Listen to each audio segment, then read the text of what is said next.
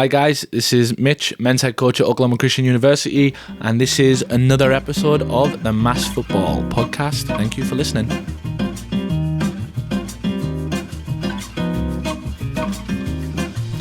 Yo, welcome back to the Mas Futbol Podcast, the number one soccer podcast here in Oklahoma City. I am your host, Ricard Ulloa, and today I am here recording out of Oklahoma Christian Soccer. What do we call this place? Eagle Field? The Eagle Field here in Oklahoma Christian. No sponsors today, but I do have a very special guest with me today. I have the head coach of the men's soccer team. He has 1 year under his belt. The guy, Mitch. I don't know how to pronounce your last name, so I don't want to... Sowerby. All good. How are you today, my friend? I'm good. Thank you for having me. How are you doing? I'm doing great, man. I appreciate you for coming on. The weather's crazy. Cold. Windy. Cold. Oklahoma. It's Oklahoma for you. For the people that don't know you, could you please introduce yourself and tell me a little bit about what you do? Yep, so obviously name's Mitch. I'm the men's soccer coach here at Oklahoma Christian University. Actually 2 seasons in, about a year and a half in, so coming in my second year. Been in the city for the last 4 years. Originally I was on the other side, just outside the Tulsa area at Roger State University. So yeah, that's kind of where I'm at right now. Nice. Well, first, congratulations. Thank you. Let's just start with... Let's recap. Well, no, let's go back. You're from Newcastle, right?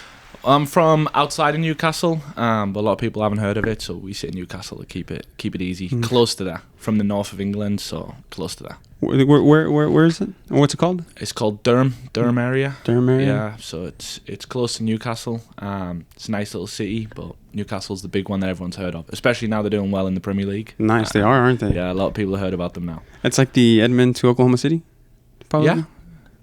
Yeah, about that. Nice. How do you feel about Newcastle doing what they're doing? Are you a Newcastle fan? Yeah, like it, enjoy it. I think they're spending well, they're spending smart, not just throwing money everywhere. Obviously, there's a lot of conversation around where the money comes from, but I don't know the ins and outs of that. I don't know enough research to really have an opinion or a decision on that. So. Yeah, well, I mean, if it was that easy just to throw money at the problem, a lot of teams would be successful, but... I think they are doing it right. Maybe Champions League next year? I'd be happy with Europa League. Champions League, I think, is going to be a push. But yeah, they're doing it right. They're investing in the youth game, building facilities. They've invested heavily in the women's game as well out of there. So it's not just about the first team, it's about the entire product. So hopefully 4 or 5 years, you'll see a lot of benefits from that. Nice. Do you have any one-on-one personal experience with Newcastle, maybe going to some games, maybe trying out for the club? Yeah, I was never good enough to try out for the club. No. But been to some games. A lot of friends are Newcastle supporters, season ticket holders. So I've been to some games up there for sure. Nice. So tell me how football started for you. Why football? It's a great question. I think where I'm from, that's only really the sport that everyone plays. So obviously got involved in that at a young age. I had a relative who was a coach and coached our team, so got involved, played from a young age, about 8, 9, just started going for it. Played a local team. When I got to about 16, I went to Hartlepool in the academy. Lasted maybe a year, got released, went and played men's football, and then decided coming to America was best thing and changed my life. I'm glad I'm here. Nice. Like, what was that, decision like? Because I always find it interesting how foreigners end up here. For you, how did that option come up? I actually had a friend in the town who'd just come out kind of a year before. He was a really good player and he enjoyed his experience and kind of spoke about it. And I was at that point where I was looking either to go to university, finishing up schooling in England and kind of that next step, and just felt like it was something different and worth a try. And I think when I came out, I still feel like it was relatively new for internationals to come out. I think right now there's even more than there ever has been. But especially from my area I'm from, there wasn't a lot of guys coming out. So kind of just took his experience and just went for it, really. Ran with it. Everybody has that one friend who went, came back, told the story, and made it enticing. Yeah. And then you say, now that there's more foreigners, it's so easy now for people to share their clips and, they share their footage. How was that process for you? What did you send? How were you trying to get recruited? Yeah, so when I was playing, our games weren't really recorded, so I didn't have clips. I went to a showcase, played in a showcase game. I think I did 2 weekends at a showcase, and that's where I got my clips from, and then put them together. And I was with a company that had sent them out to some coaches, and that's how I got it. But yeah, like now I feel like a lot of clubs all around the world are recording from a younger age. I think it's a part of the growth in the game is the technology piece. So it's becoming easier for them to get out because they've got a lot more video. They've got full game videos, clips. So definitely the process is a little bit more easier now, but there's a lot more demand. There's a lot more people trying to come out, trying to come across, because obviously there's not many places in the world that do it like America do it in terms of study and play. So starting to see a lot of people coming out. Yeah, it seems like everybody has a VO camera now, right? Yeah, VO's doing well. They are doing well. I had a VO and I tried to rent it out to teams, but it just didn't work out. But man, that's also pretty expensive too. Yeah, VO need to sponsor the podcast. VO, please. I know they're out of Switzerland, but hey. Come on, VO. Holler at us. So then, was it Roger State from first on? Why Oklahoma? Yeah, it's a great question. I get asked a lot of times. I simply don't know. I was close to committing to Incarnate Word in Texas, way back when I was coming out, and then I remember Roger State coming in the process quite late, making like a last bid attempt, I guess, if you will. I don't know how else to word it. And then just kind of liked what Coach Larkin was saying, like the facilities. Obviously, the turf field there was pretty new. I think it was built a year before I was coming out, maybe. So brand new facilities. So just kind of went for it. I knew nothing about Oklahoma. Now when I recruit, I'm making sure that we're telling guys about the city, the school, the area. I think I probably did the bare minimum in terms of research. Really? And just thought, the facility, the field, locker room looks good. That's me. I'm in. Yeah, soccer. That's it. Let's go. Let's go play some football. Yeah, I wouldn't change it for the world now. Obviously, great experience. So I wouldn't change it.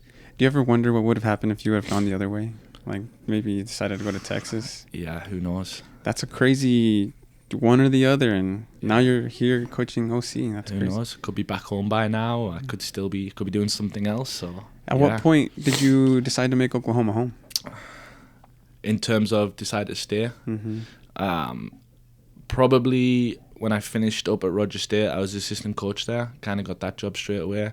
Met my wife at school, so we got married and we just stayed. Got fortunate that we moved from Rogers to Mid America Christian, and then to OC. So just always been here. Nice. Let's have a round of applause for that one. What a love story. Yeah. But for Roger State, it sounds like you had a great... Well, what year was that when you came over? 2012. 2012, wow. Yeah, how old are you? 28. 28? Yeah, Jesus Christ. That's yeah, crazy. Yeah. Wow, I didn't know that. I'm 31. Oh, nice. But it goes to show that if you really dedicate yourself to something, like, results will come. Yeah, agreed. Hard work. Still believe in that. Big believer of that. Are you? Yeah. Nice. So then your Roger State, I was reading over it. It says that nobody had more minutes than you, except for the goalie, you know? Yeah. Sounds like your time at Roger State was really good for you. Yeah. How was that first taste of the Oklahoma football, Oklahoma weather, and then just starting it off at Roger State? Yeah, it was a great experience. I don't think I hold the record anymore. I think the COVID year and the guys getting a fifth year. I think a couple of them have sneaked past me now. They get an asterisk next to that record. It was, when I first came out, it was definitely different. I think I'd struggled at the start. I was thrown straight in and then a few mistakes and left out and then back in, rightly so. But I think the game was a lot different than what I was used to. I think the pace of the game and the physicality, even though I was playing men's, was just on another level that I wasn't ready for. But figured it out pretty quick, especially in that freshman year with little ups and downs, and then from there just kind of kicked on. Weather was incredible. I did not experience heat like it on a turf field. When you come in August? Or? Yeah, in August. Jesus, I bet your preseason was the worst too. That's what I hear. Yeah, I mean, sunburn, everything. We'd go on holidays back home to find weather similar to what we experienced, and it still wasn't that hot. So that's always a big challenge for internationals is that weather in the August time pre-season. It was on a turf field as well. It was burning, isn't it? You literally have to pour water on your shoes because it's uncomfortable. I'll always remember one of the guys, Matt Levinson. You know Matt Levinson? Yeah, I do. Shout out to Matt out of UConn. Yeah, I'm pretty sure it was him. Him and a guy called Wellen brought a frying pan out with an egg and left it on the field during one of our practices to see if it cooked. Yeah, and it sizzled away. Yeah. Nice. I'm curious to see if they ate it or not. I don't remember. I just remember them bringing it out. I'm like, what are you guys doing? Some Oklahoma stuff right there, huh? Yeah. And then you did all 4 years there. Yeah, I did all 4 years. It was a challenging 4 years. Our team we had were dedicated, but we were going from, my first year was NAI year, and we transitioned Division 2. When you transition, we weren't allowed to compete to go to national tournament. So it was meant to be 2 years, and then it ended up being 3 years, so we never actually got to compete for our last 3 years. But all of our guys stick together, and we just kind of enjoyed it and played, so I think that takes a different kind of mentality. Looking back on it now, I mean, when you're in the moment, you don't really think about it, you're just playing. But when I look back at it as a coach and trying to compete for tournaments and push on, like, not being able to play for that is a big miss. But again, wouldn't change it for the world. Yeah, it sounds like it didn't slow you guys down at all. You guys just stayed with it. Yeah, we just carried on. I think our senior class was like 14 seniors or something, so big senior class stuck together. Nice. And then at what point did you just say, I guess I'll start coaching? Or had that always been something in the back of your mind? Yeah, I think my junior year, I started to realise that playing just probably wasn't for me. I just wasn't. I knew I didn't have what it took to go pro. I knew that straight away. Just the dedication and professionalism of an athlete just wasn't me. Wasn't good enough. And then junior year, I got into some coaching just as a volunteer. Just started off helping out at a local club. Senior year, did a little bit more serious. Started really coaching, and that was when I kind of felt like I really enjoy this to a point where I think I might have enjoyed it more than playing. So I was like, this is what I want to do. So that's when it all started. Isn't that kind of crazy when you come to the realization that you might actually like coaching more than playing? Because as a player, I don't think, well, maybe it does happen to some, but coaching doesn't really necessarily cross your mind. Yeah. When you're just in it 100%. Yeah. Why is coaching, like what about coaching is it better than playing it actually? I think it's just the aspect of cliche, but getting to affect more lives and help change and help people kind of achieve what they want to achieve and watch the growth of people, and I think that's a big part of why. And then obviously getting to compete at the highest level still while you do it. I think there's a lot to be said for that as well. But watching, when I was doing it back then, watching high schoolers go from high school and get college offers and go to college, and it was always like they just want to play college and it's a dream. So little things like that, and watching guys now from here at MacU or even Roger State when I was there, trying to go pro tryouts, or they're in the business world and they're killing it at what they do. I think it's just a nice feeling.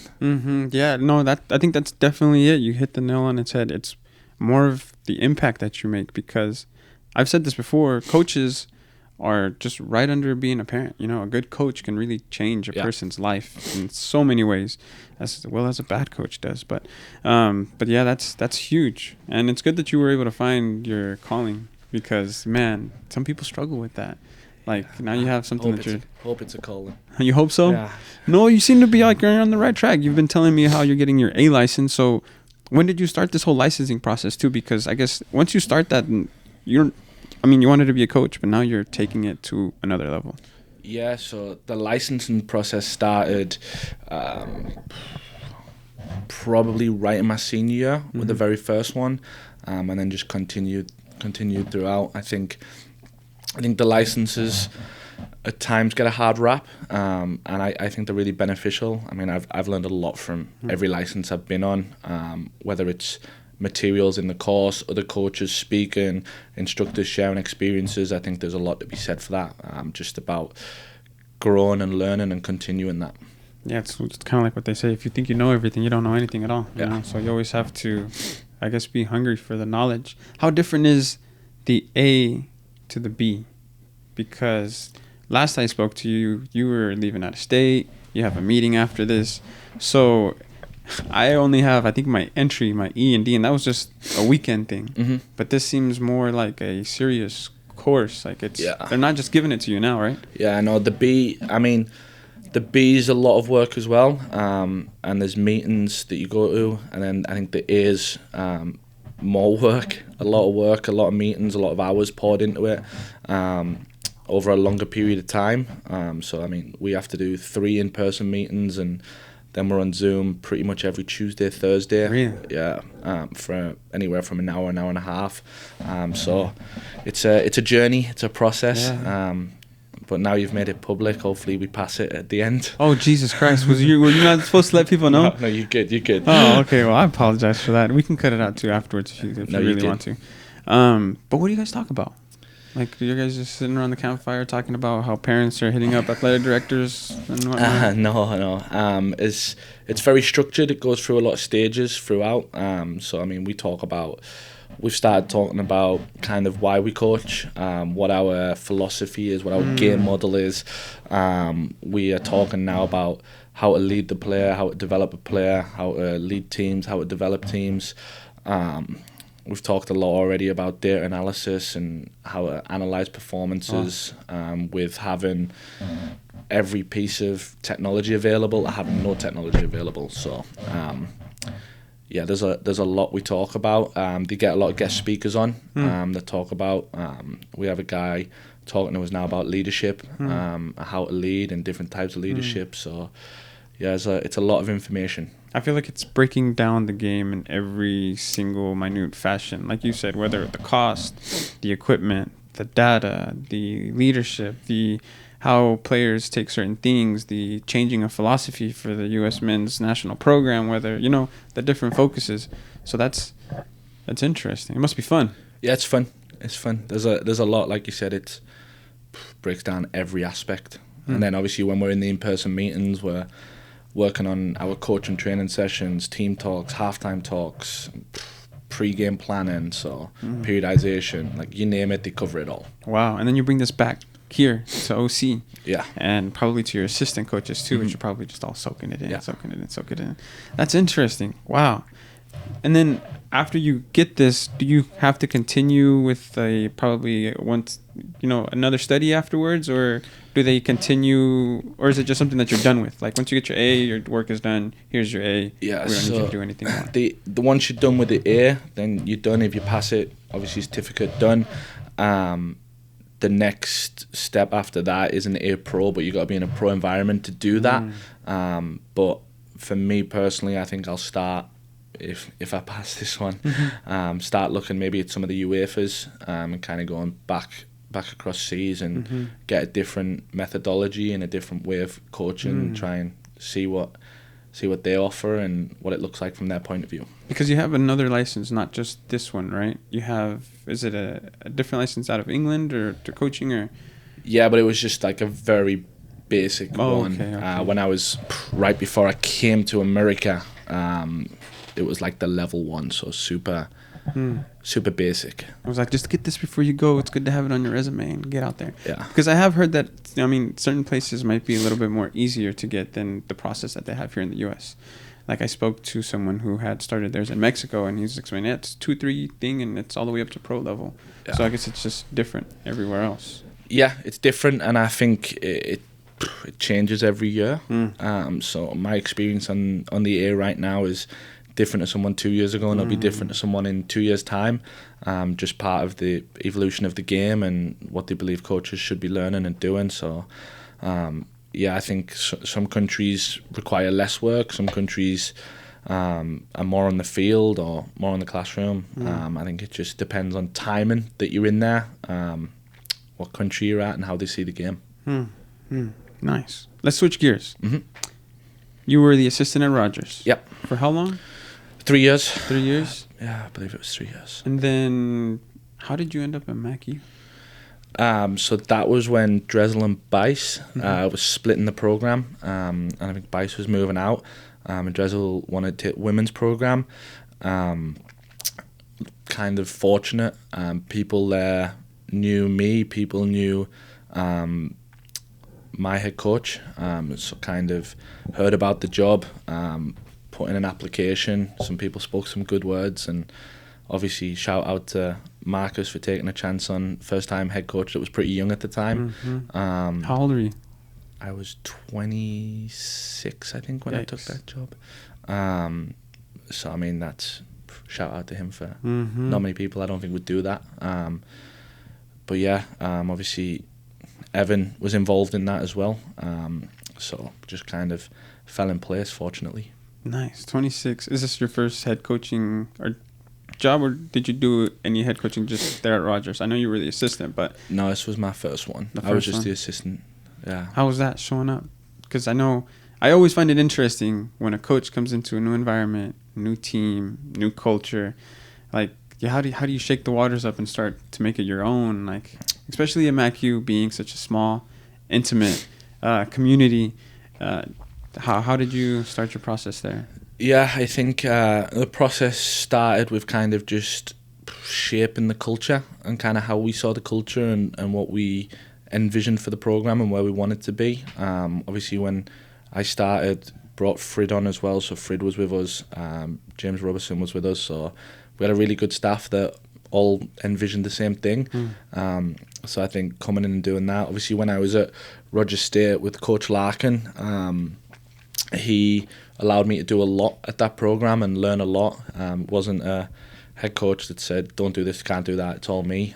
He basically let me get my hands in everything, so I think he helped prepare me for that going in. But I think definitely that first few meetings and first week of pre-season, we knew were going to be really important. The kind of standards, cultures, values, what we believe in, what we want to do, what it's going to look like.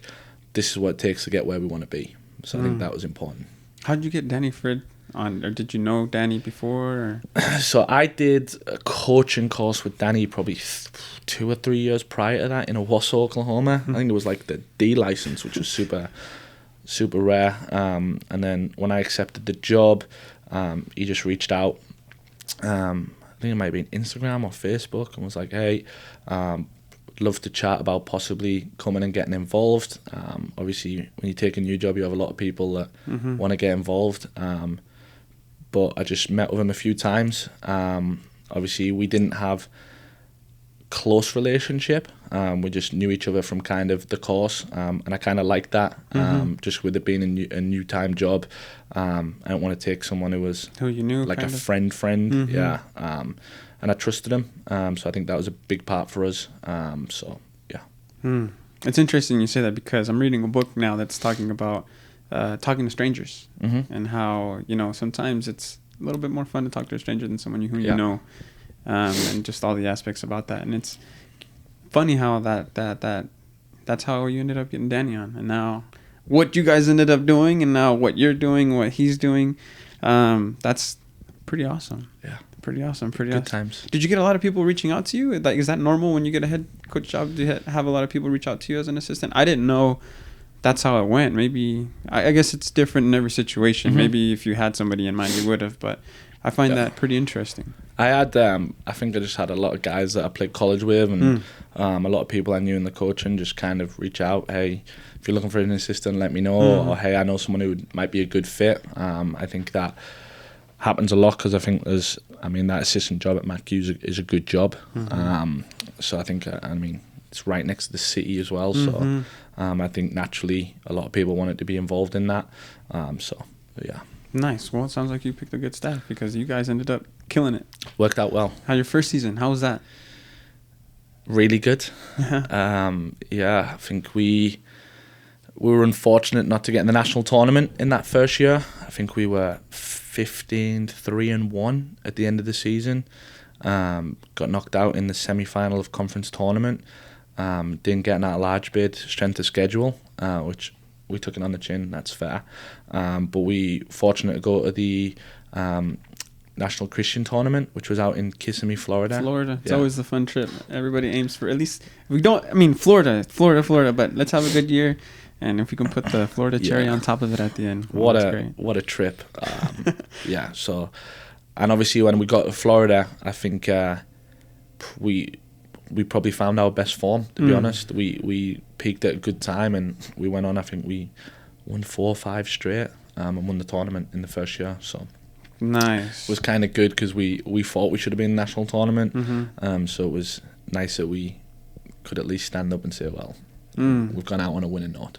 Being a person that leads all these people and then getting played like the first season, these cards, did you try to find ways to use those situations that you're in to kind of motivate your players to lead them? Like you say, hey, like you said, we took it in the chin, but I bet you guys didn't just take it in the chin. You guys used it to continue going forward and end up winning it, which is a huge feat. Huge feat. Yeah, for sure. And I think obviously the first year at MacU, we had a really good team. I was fortunate enough, and the staff where we walked into good players and a good team, right? That's not always the case. But yeah, it was a constant battle of, when we got beat, we almost felt like it was a good thing because we were winning a lot of games. But when you lose, you can kind of use that to rebuild and go, okay, well, we got to kind of prove ourselves. But yeah, when we found out we weren't in the national tournament, yeah, we definitely used that. That was definitely fuel. Like, we gave it they don't think we're good enough, they don't rate us, that type of stuff, which I think everyone would do in that situation. And I think it added a bit of fuel to the guys, and they wanted to prove a point. And I think they definitely proved the point. Nice. Let me make sure this camera's recording. 1 second. I forgot I had cookies. Yeah, get yourself a cookie. You don't want one? No. They're all yours. I'm sorry. Good cookies. What was different about year 2 then? We had a stronger non-conference schedule. We made sure about that. Scheduled stronger opponents. So we knew we were in that position again that couldn't be held against us. I think that was number one important. Like, I remember we went to Central Methodist and played them when they were the number 1 team in the nation. But I mean, we had another good year. We were super successful. Made national tournament. Got knocked out in the final 10. So I think we carried on using that kind of didn't think we were good enough mentality, because we knew we had a good year, but we didn't want the guys to think we were better than what we were. We wanted them to think that we were still hunting and chasing people down. So we kind of used that, and yeah, we ended up, I think we won the conference final on penalties, tournament final on penalties, I think that year. At MacU, yeah. Oh, I think I might have been there recording it. It was so windy. It was a cold day. Yeah, I remember it was windy. I remember we had like an A-frame that flew onto the field at the halfway. It was incredible. But we still had people outside shirtless. Yeah.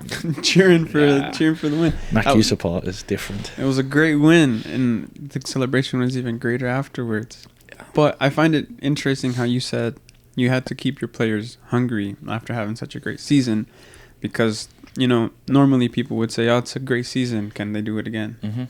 Then you guys did it again. Yeah. And then after the second year, it was like, well, can they do it again? Yeah. And they did it again. And it's kind of been the same thing all the way up to now. Yeah. Since Danny's last year. And it's just interesting because you're such a young coach, dealing with people that are probably 2, 3, 4 years younger than you. So where do you have a mentor? Where do you get advice? Or are you just figuring it out as you fly? Yeah, I've obviously got people that I speak to a lot. Obviously, Coach Larkin, my old coach, I speak to him a lot. He's still at Roger State. He's been in the game for years now. He started the program at Roger State. Before that, really? He was doing college. Yeah, so, and then I taught a guy called Scott Parkinson a lot. A really good friend of mine. He's obviously in the pro women's game now. So I kind of got them guys that I speak to a lot and ask them to bounce ideas off. And then the rest of it is on the fly, learning from experiences of, okay, this is what we did last year, this is what it looked like, this was good, bad, so reflecting on that, and then trying to improve myself with the courses, reading books, the stuff you've been talking about. So it's kind of what we try and do. What is your philosophy then? I know it's a hard one. It's kind of like a loaded question. But. Yeah. So on the course I'm on now, actually, it's one of the questions of what is your philosophy, and I think I've never really had to write it down or really think about it. I think there's a style that I like to play, and I think the one thing I want to do is I want to try and create an exciting environment at the college sports. I want people to enjoy and want to come back. I always say if there's someone in the stands who doesn't support either team, I want to hope that they leave going, that was fun, that was exciting, like let's go back. So like to try and be on the front foot, like try and score goals, kind of possession orientated. We want to build, we want to move the ball, we have a lot of interchange and a lot of movement, but I'm still working on what exactly my philosophy will be and kind of what it sounds like, and that's obviously something that'll keep tweaking and changing over the years, but of course, getting that down on paper is tough. It's almost like having to write down an identity, like what you look forward to. But I like what you're saying. Make it attractive, make it attacking. Let's keep the ball, and let's just play some good football. Yeah. Are there any teams that you watch that you're just like, that's the type of philosophy that I want to emulate? Whether it's a high-pressing Liverpool or a possession game like a Barca, or just like a counter-attacking Real Madrid, or what kind of thing do you like? I think I prefer more of the possession style, more of the Barca, the Man Cities, the way they play and build and move. Obviously, they're on a different level with different players, so it's hard to do that. I think I wanted to be super high pressing and aggressive, but now the league we're in doesn't allow for that as much, because the league's a lot quicker and faster and transitional. So that's slightly tweaked a little bit, being a little bit more cautious and picking moments. But I'd say overall I enjoy watching the teams that want to have the ball with a purpose and want to build and play. Like the Barca teams back in the day under Pep were just amazing, weren't they? Yeah, different. And obviously he's a good manager. I mean, Brighton now, if you've watched Brighton play recently, they're playing some good football. What a goal that one kid scored against Liverpool that day. Yeah, man, I was watching it with my wife, and it's always funny when I watch sports with my wife because she doesn't understand the subtleties that I appreciate in the game. Yeah. Little passes, the flicks, that goal, when I saw that, I was just like, wow. And I had to slow it down for her and be like, no, the reason this is great is because he flicked it. He faked shot it, flicked it, and then still finished it on the same touch. Yeah. Had some guy looking like he was twerking on the side. and she's just like, yeah. And I was just like, it's just, but yeah, that left me in awe. Yeah. Yeah, just like that. That's a good style of play. I was going to lead this into if you have any battles with other coaches that you've played against, and use the example of Pep and Arteta yesterday and how those clashes of styles happen on the field. Because obviously, I don't know if you watched the game or not. Did you get to watch the game? I did not see the game. I saw the scoreline. Yeah, it was a game. I heard Arsenal might have been better. They were. Yeah. They were, but mistakes will cost you. Yeah. And they had one mistake, and that kind of just, it's all about momentum and the tide, and a 3-1 might look like a 3-1, but no, they had them pressing all the way, even on the goal kicks, and it worked. But the one guy that surprised me very much was Bernardo Silva. He's good. He started playing as left back. Yeah. There's a clip where he says, "What position are you playing?" He says, "I'm an attacking defender." He's good. He's a magician. Pep's got him moving everywhere, and he's so good. Him and Gundogan. Yeah. A little bit undervalued, underrated. But Bernardo Silva is the mainstay. Yeah, he is the mainstay. But have you had any battles like that with coaches? Like someone that you're just like, someone that you might look forward to playing against, whether it might be like a Hampton or something like that. I think obviously when I was at MacU, we enjoyed playing USAO. We enjoyed playing SCU and OCU just because the inner city kind of rivalry games. What's up with that SCU rivalry in MacU? I don't know, but I love it. I hope it stays forever. I think it's needed. I think it's good. I think it brings out more fans, and I see now that when they play each other, there's even a lot of the SCU brought a load of people down to MacU, which I thought was cool. So I think we enjoyed them just because they were close proximity games. I think it's always nice being able to beat teams that are in the city, so you can kind of feel like, hey, we're the team in the city. Obviously, we lost a couple of them, and then we tied a couple of them as well, but they were the ones we really enjoyed playing just because of how close they were and how fun it was and big crowds. You see them in the conference, and then you could even see them on the way to Florida too. So it's a game that you might play 3 or 4 times in a season. Yeah, for sure. Nice. Yeah, that's was always one that would just stick out. But USAO, I mean, I think that one's on everyone's list too, just because of how good they were. They were dominant. Program. Yeah. Mm-hmm. And then, how'd you end up at OC? So, how did I end up at OC? Obviously, the coach here moved into an administration role, so open spot. And again, I think it was just through kind of known people. I think we'd been successful at MacU in 2 years, and kind of put the program as a nationally known program.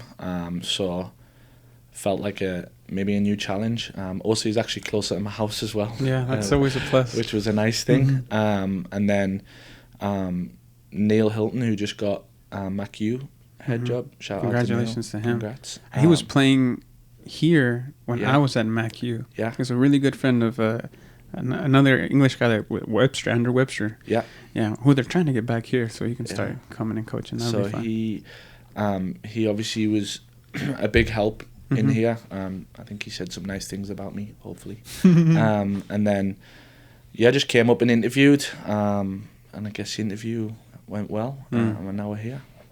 Now we're doing it. Are those processes always kind of weird? Because there's probably so many people applying that you probably kind of just show up and say, I'm just, what the heck? Let's just get this interview in. I think it's just showing up and saying, this is who I am. This is what I can offer. If that fits what you're looking for, great. If not, no hard feelings. Obviously, everyone's got areas that they're probably stronger at and weaker at, and I think you can't be someone you're not. You just got to tell them what you think you can do, and then try and perform and back it up and do the things you say. Being a coach is kind of weird because it's very much a result-based occupation. If you're not a good coach, if you're not getting the W's, it's kind of hard for you to get more and more jobs. So you kind of have to be stoic in a sense, just take it day by day, game by game, practice by practice. But your first year was great. Yeah. You guys, totally switched the program from, what was it? Here at OC? Yeah. Well, my first year wasn't great. Oh, was that? Okay. So my first year in here, I think we ended 1-11-3. Really? And I think at MacU, we'd lost 4 or 5 games in 2 years. And then went and lost 11 in a year. And then this year, we were 11-5-5. So we did turn it around this year. But man, I'll tell you that first year here was probably the most I've ever learned in coaching. And looking back on it now is probably good for me, and definitely I would never change that year again. I think going from all the success to then no success at all, I think was definitely needed. What did you learn? How to keep motivating teams when you're losing, what defeat really looks like on a consistent basis. So just all them lessons, humility, just everything. A lot of sleepless nights. Yeah, especially when you lose. And we were really competitive. We were close. It's not like you were getting blown out. Every game was close. We played in the conference. We played Midwestern State and West Texas twice, who were both top 15, I think, at the time, and we got beat 2-1, 2-1, 3-2 in 2 overtimes. We played Roger State, who were 17 in the nation when we played them, and tied them 1-1. I think we went 6 or 7 overtimes that year. So super competitive, and I think that was more of the frustrating part. Is we were competitive, and we felt like the ball just wouldn't fall for us. But we still lost.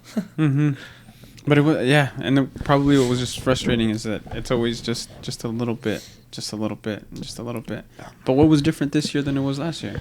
I think culture plays a big part on it. I think trying to obviously change the mindset from the loser mindset where it's okay to lose because we're used to losing into it's not okay, we have to win, and winning's going to help us. I think that was important. We brought in a lot of new players, so recruitment helped us. That was natural due to seniors, COVID players that were kind of moving on out.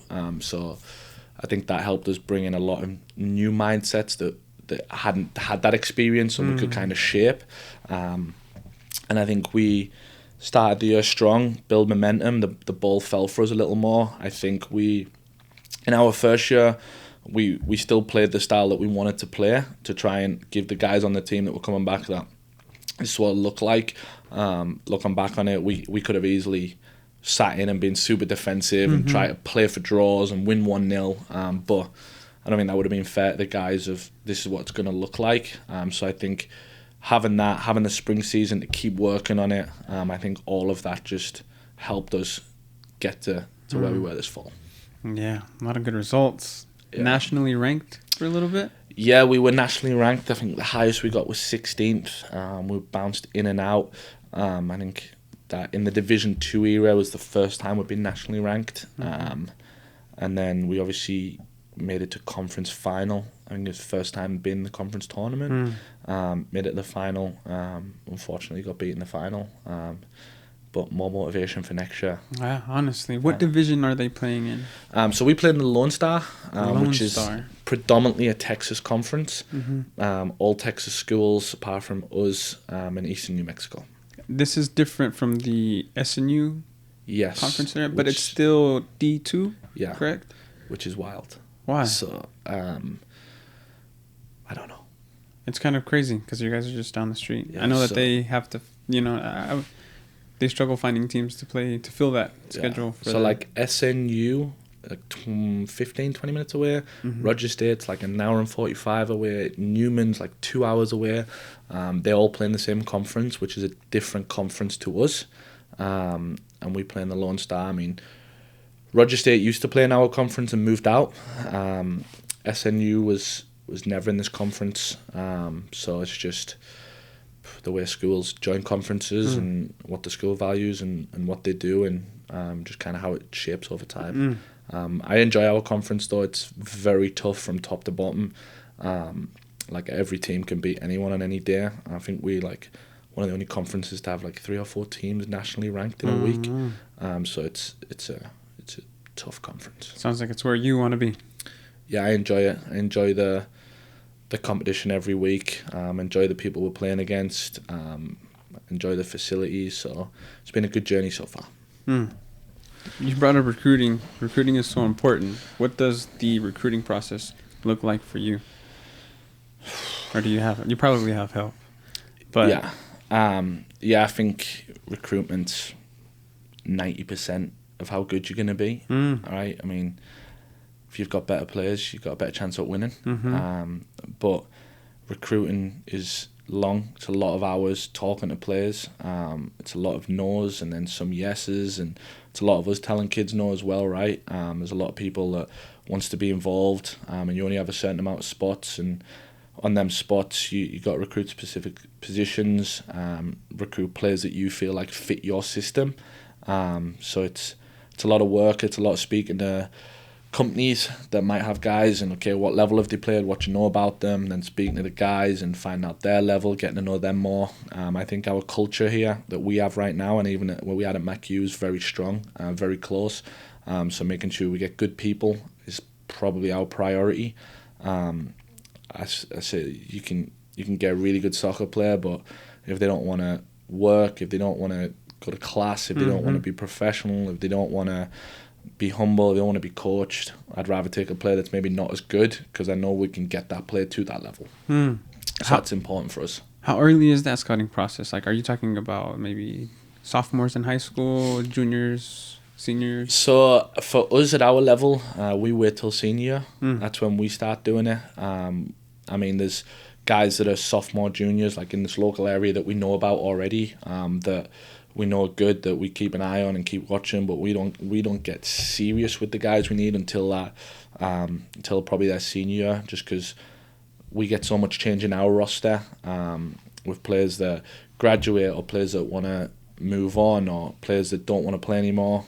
Anything can happen, right? So we wait a little bit later. And on the women's side, the women recruit super early, but the men's side, the guys from sophomore to senior year physically could change so much, like so much more at stake.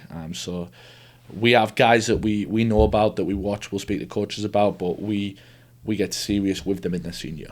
Dang, didn't even think about that. It must be tough, especially. I was gonna say having college age players is such a funny age, but then recruiting wise, they're in high school. That's an even funnier age too. Yeah, because all the stuff they're doing. And we've got, I mean, last year on our team, I think we had like 2 or 3 25-year-olds and 26-year-olds. So the college game there's a lot of men in it as well. Yeah. And then you've got guys that have redshirted a year and they're playing the senior and they're 23, 24. So that high school player coming out, physicality super important. Skin and bones for some of these for new freshmen. I think about myself when I came. Skin and bones. That was me my freshman year as well. Just getting humbled out here by some grown men that just probably played pro, but the old NAIAs are different now, you know, compared to how it is now. But that's the truth. That's the truth.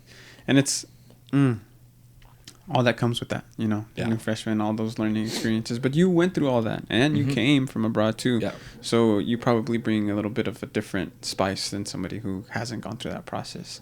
All those, you know, foreign players, like, how are those conversations like when you're bringing somebody from, let's say, Newcastle or something like that? Yeah, it's more difficult because you can't get them on campus. You can't get them at a camp to spend a day, 2 days with them and really get to know them and see their ins and outs.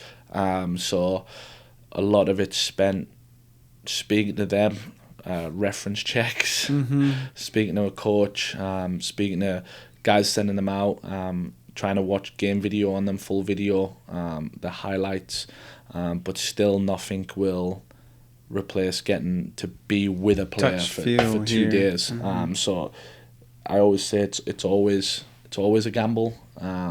You just hope that you've done enough to kind of know what you're getting, which I think is important. But you can never quite know with when internationals coming in, because you don't, unless you fly out there physically to watch them in their home environment, which we can't do right now.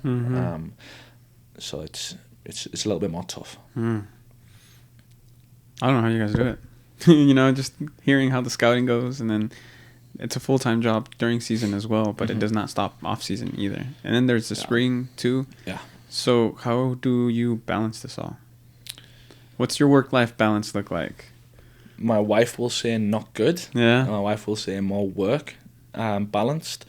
Something I need to work on probably and be better at is the balance, but it's hard because you're speaking with guys on different time zones.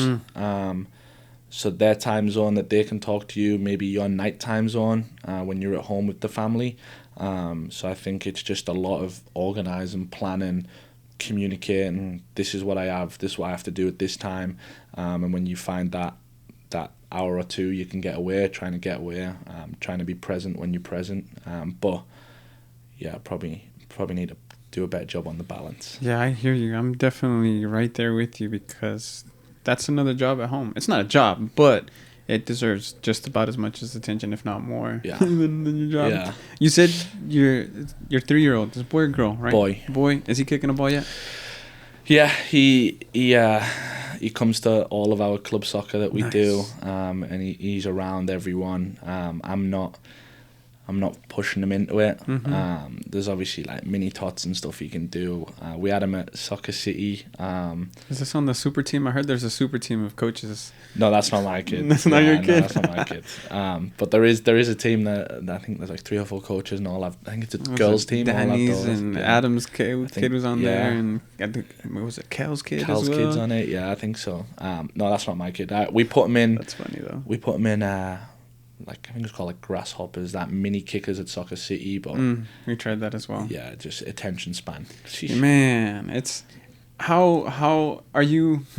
I took my kid to that, and I was trying to explain to my wife how hard it was trying not to be critical of what I was watching out there. And I would just sit there and say, they've been sitting down too long. they only have one kid doing the drill when there's 5 other kids here. And it's just, how do you try not to be a sideline coach to that beginning process? Yeah, I think, I mean, I don't know if I've seen kind of what you're speaking about yet, because I was spending my time just keeping my kid inside the facility, keeping him inside, but I watch it and I just think back to past experiences and just kind of like, yeah, we've all been there. We've all been a part of it. And I think the job of a coach I think it's actually harder than people give it credit for, especially for coaches who are coaching the younger kids, like the 16s and 17s and the mini kickers. Like, that's hard. That is tough. We take our kid to daycare and I leave there and I'm like, wow, them teachers are just incredible. Like, yeah, they are. I struggle with one kid and they've got like 10 per teacher, 20 in the class. I'm like, wow, how did he do it?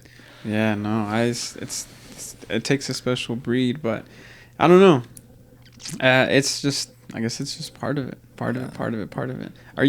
Is he kicking a ball now, like in any organized thing, or is it just not right now? My wife wants to put him into like a little mini tots environment, but I'm against it right now. Why?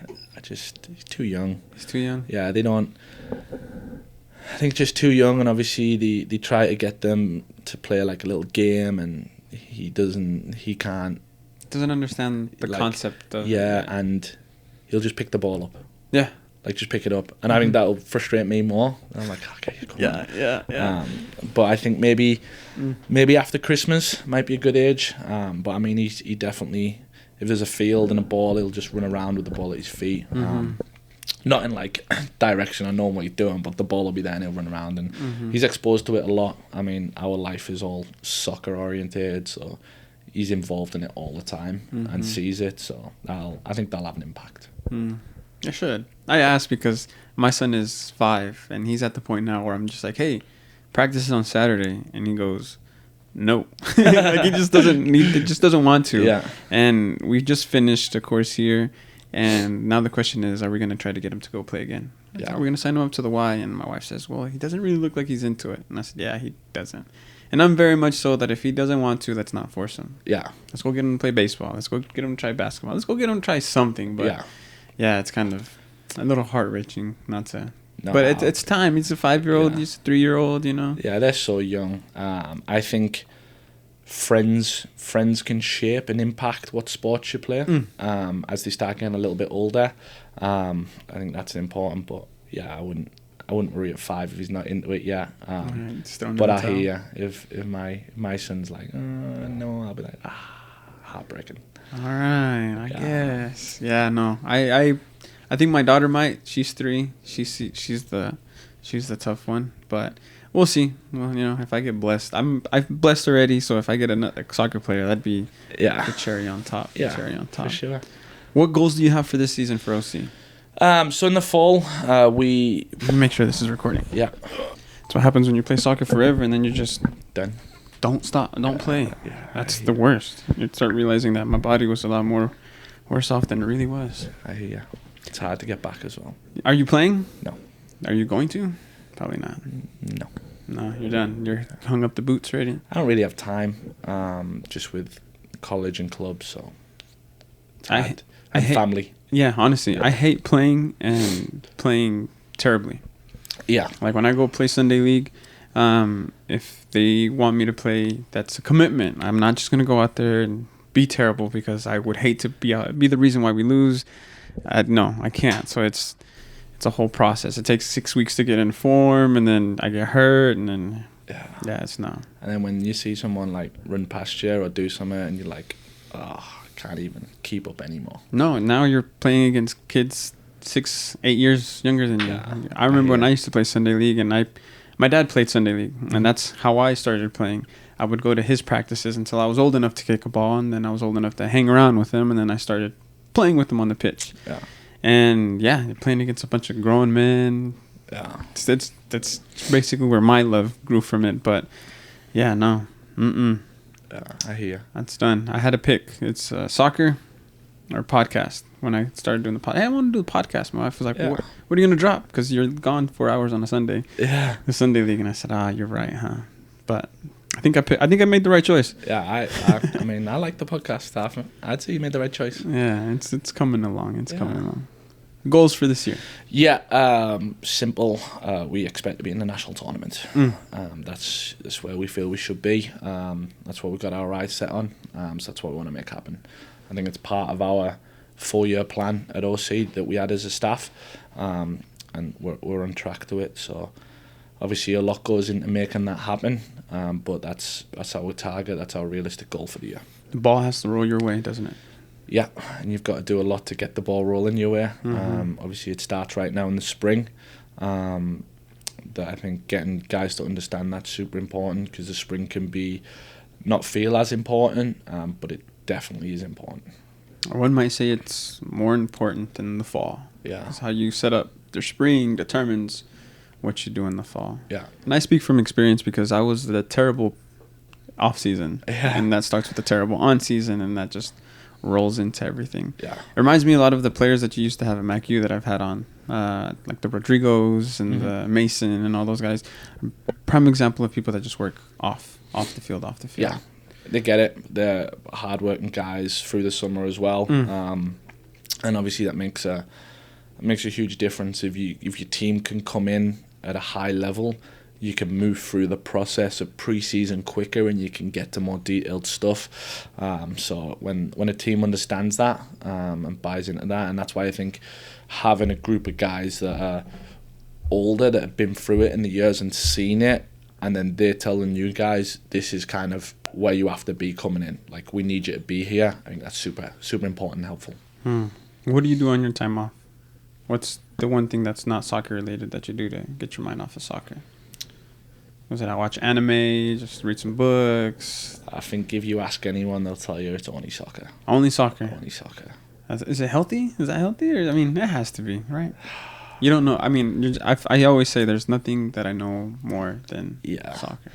I think the guys around here, Dressel and them, they make fun of me at times because holidays, days off, I'm still talking about soccer or on about something for the school or the program, and they're like, just have a day off.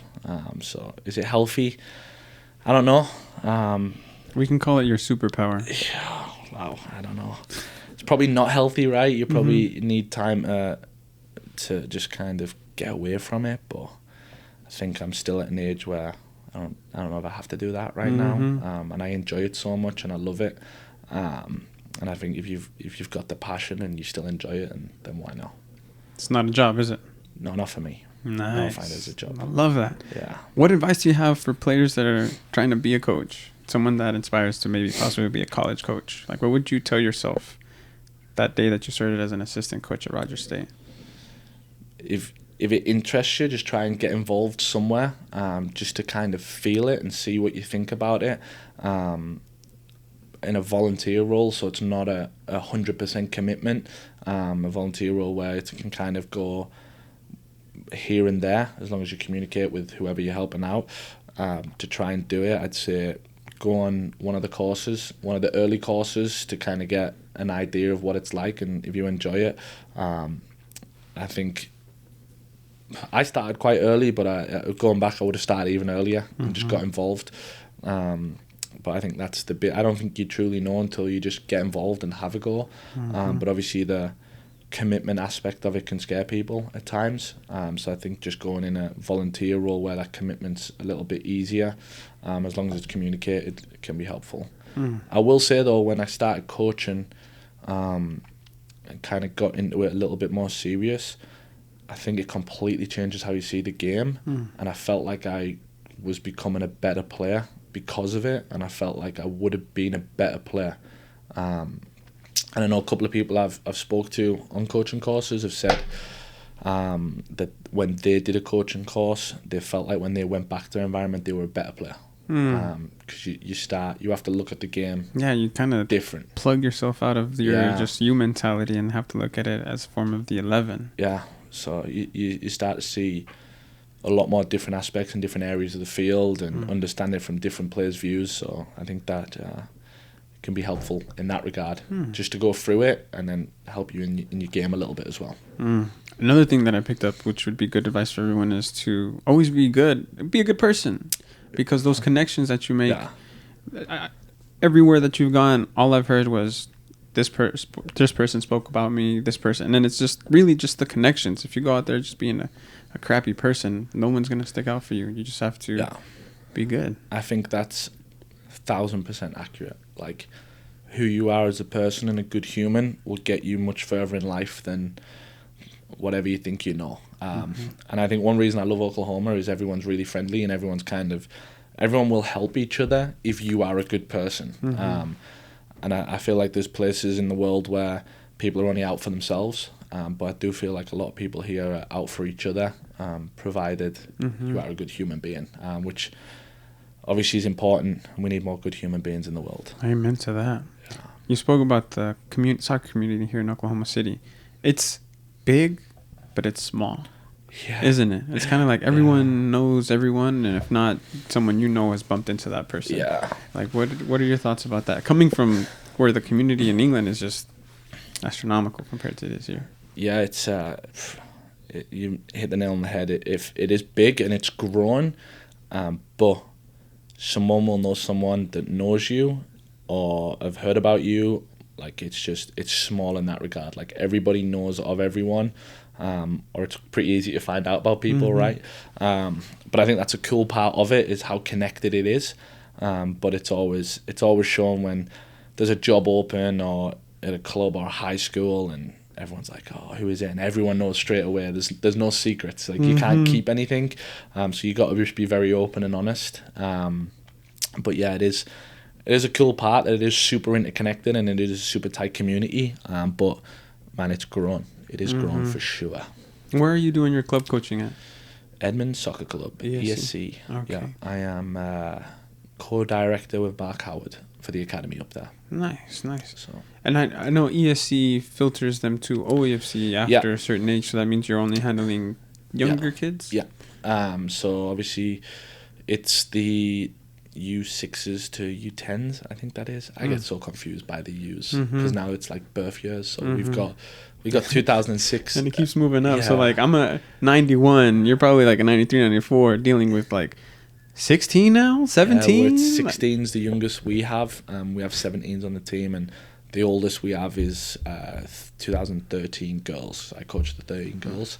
And then, once they're done with us, ESC and NOKC filter into OEFC, and then they all become one competitive branch.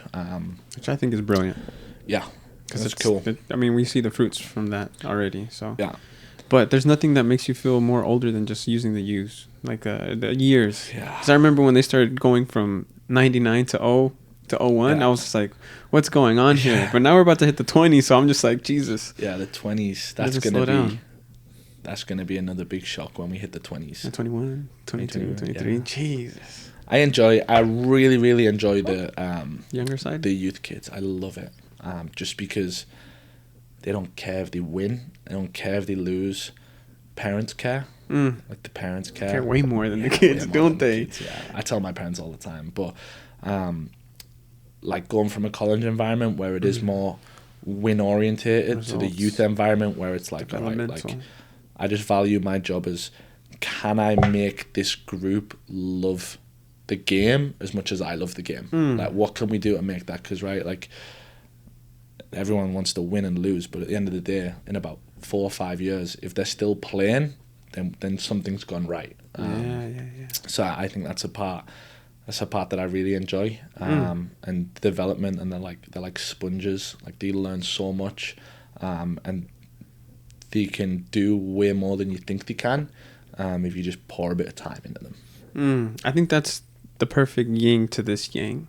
Yeah. How you do this, and how, results, and how this is just competitive, cutthroat, to over here where it's a lot of development, a lot of passion, a lot of empathy and patience, and just kind of, it's more of a pure, I don't know if pure is the right word, because they're totally different things, but it is the same. Yeah. I think that might be where your break's coming from, just totally switching it from this to that. Because I can see where coaching kids at that age is just awesome. Yeah. I did a stint at an elementary school one time dealing with 5th, 6th graders, and it's so different because there's such a wide range. You got the kids that are just now playing, and you got the kids that are just ridiculously talented for the age that they're in and ridiculously passionate. So there's just so much going on. And even just lining them up on the field, it's like I would line up my elementary schools based on the personalities that they had, not the skills. Well, you're really good, so I'm going to put you on the wings. You're a little bulldog, so you'll be the center defensive mid, you know what I mean? Because you might be this tall, but you're not afraid to get stuck in. Yeah. Like, there's just things that you can't teach kids that they come and do. I was playing soccer at a family event, and uncle of a distant relative brought a kid, and he was this big, like 6 years old, slide tackling me, doing all kinds of things. And I said, does this kid play? He goes, no, he's never played. And I was like, well, sign him up, because there's just things that you see in these young kids that you're just like, if you water that plant right there, it'll grow into something big. Have you seen anything like that with some kids that are just like, this guy right here? Yeah, so I actually coached the 2013 girls. I got 2 groups, and they're very talented, to be honest. Like, we're more talented than I think I ever was at that age. Wow. They've got good futures ahead of them, if they just stick with it and keep enjoying it. But they're good. They're good, to be honest. I'm blessed to have a really, really good groups in that regard as well. Nice. Is there anything you would change about the college game? Yeah, I would extend it over more time, but like obviously I wouldn't play 2 games in a week. I try and play 1 on the weekend. I think that would give more time in classrooms, less travel, less missing classes, less injuries, more time on the field to develop players, to actually help them at the next level, but also understand that America's so vast. Weather is a huge factor in it. Playing in seasons where it's playable. Obviously, if you're getting your January and February, you need a lot of indoor 11v11 facilities, and also understand that other sports are really big as well. So they try to I feel like they try to prioritize each sport as best they can. But if we're speaking strictly in terms of soccer and the best for the development, then I think 1 game a week on the weekend. Whereas you're not missing your Wednesday, Thursday classes if you're travelling or whatever that looks like. Less injuries, like you said. Maybe a longer season, more games, that type of stuff. But you know what? It's there's nothing like it. The way the system is set up, it's super enjoyable. Like when you're in it and it's just going and it's game and game. In the thick of it. Yeah, you just love it. Yeah. I know when COVID hit, we did a little bit of like, we tried to play 1 game on the weekend because our season got shortened, less travel, and I remember going through that season and I had the opposite feeling. I was like, oh man, this is like slow, it's like so much practice, so it was funny to go through that experience. But I think what's best for the players would be just the 1 game a week and a structured week and that type of stuff. It's an interesting conversation because there's many pros and cons on both sides of it. Yeah. You know, I've heard people say, well, if the season's too long, it's a huge commitment for some of these student athletes. You know, some players only come in during the soccer semester and then, you know, go to community college off season. So I guess there's pros and cons to it all, isn't there? But I just feel like it doesn't prepare them enough for the next stage. For those that do want to take that next leap, I feel like that's just the big, where the door just gets shut on a lot of players just because of it. Yeah, no, I think that's the biggest part of it is you're out here and your 3 months is congested, whereas other players in the world might be doing a year-round season, so they're getting more practice, more games, better structure. So I think that does, I mean, I don't know, I'm guessing it hinders it. I feel like it would hinder it. And then obviously in your spring season, you've got like restricted hours you can do and your games you can play. You can only play 5 in the spring for that athlete portion of it. But I feel like there's ways to work around that. But you'll never make everyone happy. No. Someone's going to be all for it. Someone's going to be completely against it. I can see both sides of it. I think I have an opinion on what I feel would be best for players. But what's best for players and what's realistically able to work is 2 different things. I think like Division 1 are thinking about playing their national tournament and conference tournaments in the springtime and extending it out that way. I'm not 100% on what that looks like. I mean, if they go just tournaments in the spring, well, then a team that picks up form right at the end and hits a stride could be hindered by that, whereas a team that's dropped off could be helped by that. So, again, there's just so many variables, and who knows? Can't make everybody happy, huh? Just be happy we're Just doing where you it are, every day. right? Yeah. That's true. Yeah. That's true. I'm just totally going to switch topics here because we said about making people happy and some people aren't or not. For the next World Cup, there's going to be more teams, right? Yeah. How do you feel about that? Or are you just like a traditionalist? Let's just leave it 32 every 4 years, because it was what they tried to pass was more teams every 2 years. Yeah. I think I'm more of a traditionalist. I'm kind of torn. I like the fact that more teams get to experience it and countries get to have that enjoyment of a World Cup and their country representing them and on a main stage. So I like that aspect of it, but I'm also in the camp of, if you're good enough to be in, you're good enough to be in. Like that's just how it is. But some countries don't have the luxuries that other countries do have. So I think I'm torn between it. If I had to pick, I would go traditional and keep it out as. I would too. If I had to pick. If you're good enough to get in, you're good enough to get in. If you're not good enough to get in, figure out a way to be good enough to get in. Start investing in the infrastructure, like, if that's a goal of your countries, then work hard to try and make it a reality. That's kind of, if I had to pick one. But I feel like that's what you tell your players sometimes. If we're good enough to win, we're good enough to win. If we're not, we're not. That's basically what we got to do. And if we're not, let's figure out why we're not and what we can do to be better and what we have to change. I think there's a value to that. I feel like there's a lot more participation trophies getting handed out everywhere. Okay, I'm changing topics again. You ever find yourself talking to your son like a coach? Like, hey, you got to lose sometimes to learn. You gotta experience it. I'm not gonna help you get up, because in life you're gonna fall down, and it's not about how many times you fall; it's about how many times you get up, son. Yeah, so. I think I've been guilty of that and doing it, and then he's just massively thrown a fit, and I've just given in and be like, yeah, you're still too young. I don't think he's at an age where he can regulate emotions properly yet. Like, he can communicate really well, but like to fully understand, because we'll race all the time. He loves racing. But if I go ahead of him, he'll just sit on the floor and cry. And I've been guilty of, like, come on, like, you can't just cry because you're not winning. But then a minute of crying, I'm like, he's got no idea what I'm saying here. I'm just picking him up. I'm like, you're winning again, Just wait until he turns 5 and starts talking back to you. I had something go on. My son did something, and I'm very much like, hey, if something happens to you, it's your fault. It's not my fault. It's always your fault. No matter what, you can change it somehow. And something happened to him, and I can hear him in the backseat like, Papa, I did this, and it's my fault. It's my fault. It's my fault. And I was like, yeah, I get it. It's your fault. But, like, how can you change it? But he's very much like, yeah, that's my fault. It's just funny.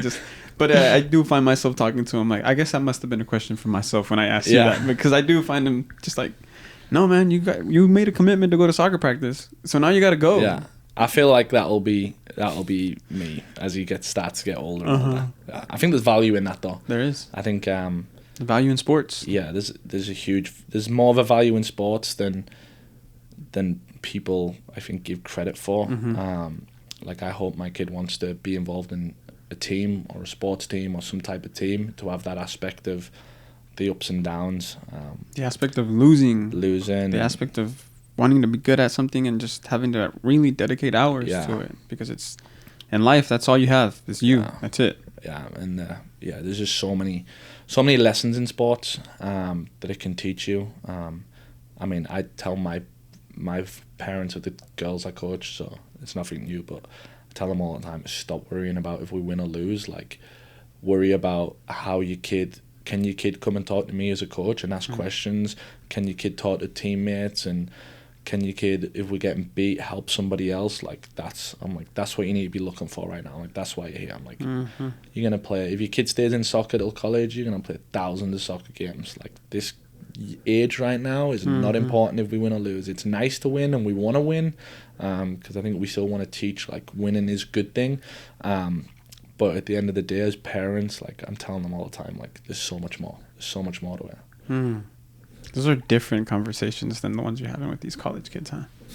So different. Yeah. Right? That's what I'm saying. It's just so yin and yang. Yeah, it's a complete change and mentality shift. And so then you come here and you're just like, you guys got to figure it out. Yeah. Like, it's all about winning. Like, if we're not winning, you're not playing. Like, that's why I think that's probably serving you well, just totally switching your brain up like that because, it's crazy competitive, isn't it?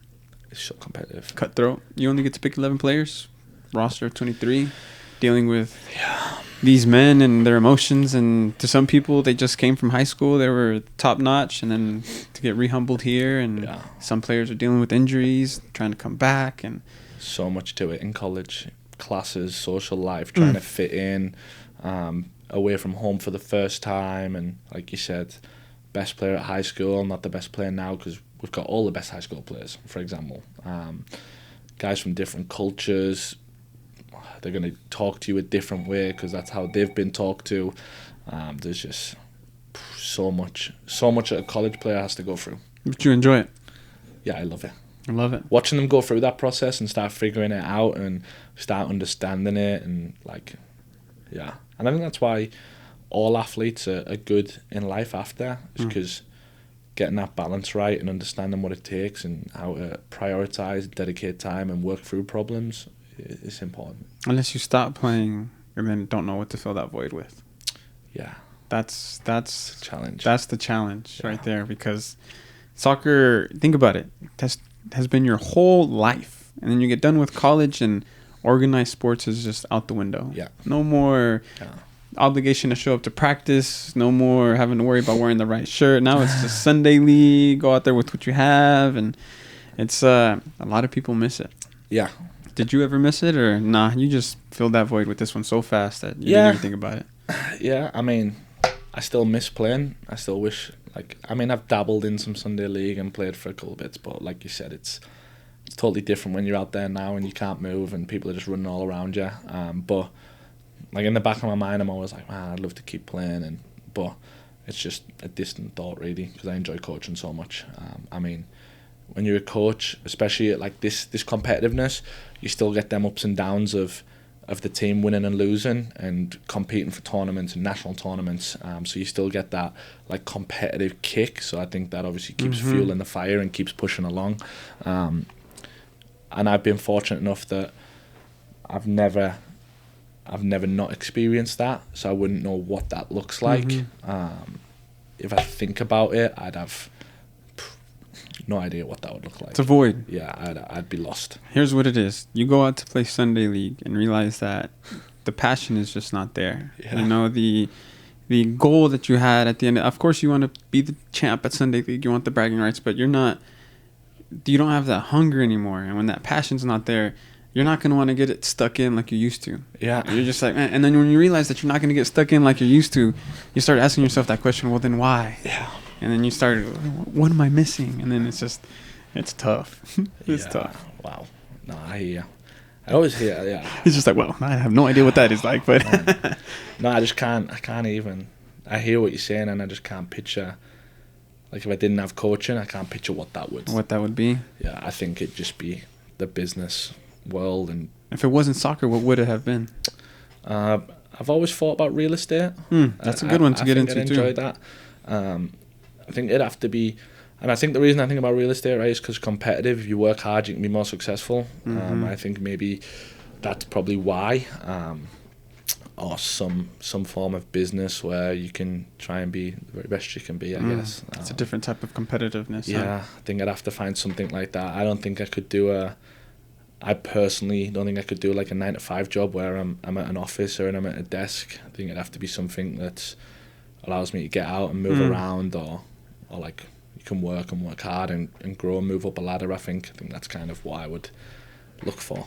But hopefully it don't ever comes to that. Nah, hopefully not. You're on the right track to not ever do that. You're on the right track to not ever do that. Well, I think we've pretty much covered it today. I have one question for you. Yeah. How do you say your last name again? Sowerby. Yeah. Sowerby? Yeah. Sowerby. It's because you don't pronounce the R. Yeah, I don't pronounce the accent. Yeah. But if someone was to ask who Mitch Sowerby is, what would you say? Who is Mitch Sowerby? Wow. I have no idea. You don't know? No. Like, who do you look at when you look in the mirror? Well, that is a deep question, isn't it? Yeah. I don't know. I've never really thought about it. If I had to ask you, talking to your third person, describe yourself. Who is Mitch?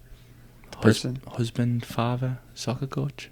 Husband, father, soccer coach, leader. Sounds like a person that likes to stay competitive. Yeah. You're very good at putting the carrot in front of you and just trying to get that carrot. Yeah. I always feel like there's something more and something more to accomplish and something more to do, and we just got to keep learning and growing, I guess. I've never really thought about that though, like who I actually am. Maybe I need to. Yeah, you're next next to the philosophy. Right after you get down your philosophy, just come back in a year's time. I could be very different. I'll have it all wrote down. That question gets a lot of people. That's been a question I've been trying to ask right at the end of the podcast, but I forget. Yeah, I think it's hard because I don't really like, and most people are probably like this, but don't really like talking about yourself or thinking about yourself in that regard. I'd rather talk about others or the players on the team or the team itself and kind of putting them people first. So I don't really ever look at myself in that way. I've never really thought about that, or putting family first, or whatever I'm doing at that moment, making whoever I'm with feel important, I think's valuable. So I've never really looked at myself in a third person or thought about that, or thought, okay, well, who are we, what are we doing type thing. That's the role of the father. It's the role of the coach. It's the role of the leader. It's always putting others in front of you. Yeah. Nice. It's good too, not to think about it too much. Let's just run. Yeah. It's like I told Kit and Garrett, the saying that goes, you built a plane and decided to fly, and you're just going to fix it while it's flying, as opposed to figure it out. Yeah, we'll figure it out. It's fine. I think life experiences are important, right? Like going through life and doing things good and bad and learning from them. I think you're always going to make mistakes. Just trying to learn from them mistakes and be better next time, and all you can do is next day you wake up, try and be better, try and do a little bit more. Just keep that mentality. Obviously, not every day is going to be better, not every game is going to be better, but trying to get consistent with it and improve, I think there's a lot to be said of that. You compete a lot with yourself? Like, are you your own competition? Yeah, I always want to try and be better than what I've done, or as a coach be better than the previous year, and try and improve. And okay, well, how can I be better this year? I think that's why you do coaching courses and why you do something, because you want to better yourself. I think that's important. I think it's hard to tell other people to do that if you're not trying to do that yourself. But I think competing against yourself can help push you and keep you ticking along, and hopefully keep moving you up wherever and doing what you want to do. So I think that is important, like setting goals and stuff for yourself of where you want to be and what you want to be doing. Nice. I love that. Yeah. It's kind of weird for me to see people that kind of don't do that. But at the same time, you have to realize that everyone runs their own race. Yeah. And they run it a little bit differently. And just because they don't run it the way you do doesn't necessarily mean they're wrong. Yeah. Everyone's on their own journey. And they are, aren't they? Yeah. Well, this has been great. Awesome. I appreciate it. What time is it? It's before 11. We're good. Great. Yeah. There we go. Well, I guess this has been another episode of the Mas Futbol Podcast. If you guys are listening, I appreciate you guys. Mitch, do you have anything else to say before we go? No, just appreciate you for having me. Thank you. I look forward to listening into you guys and seeing who you got coming up.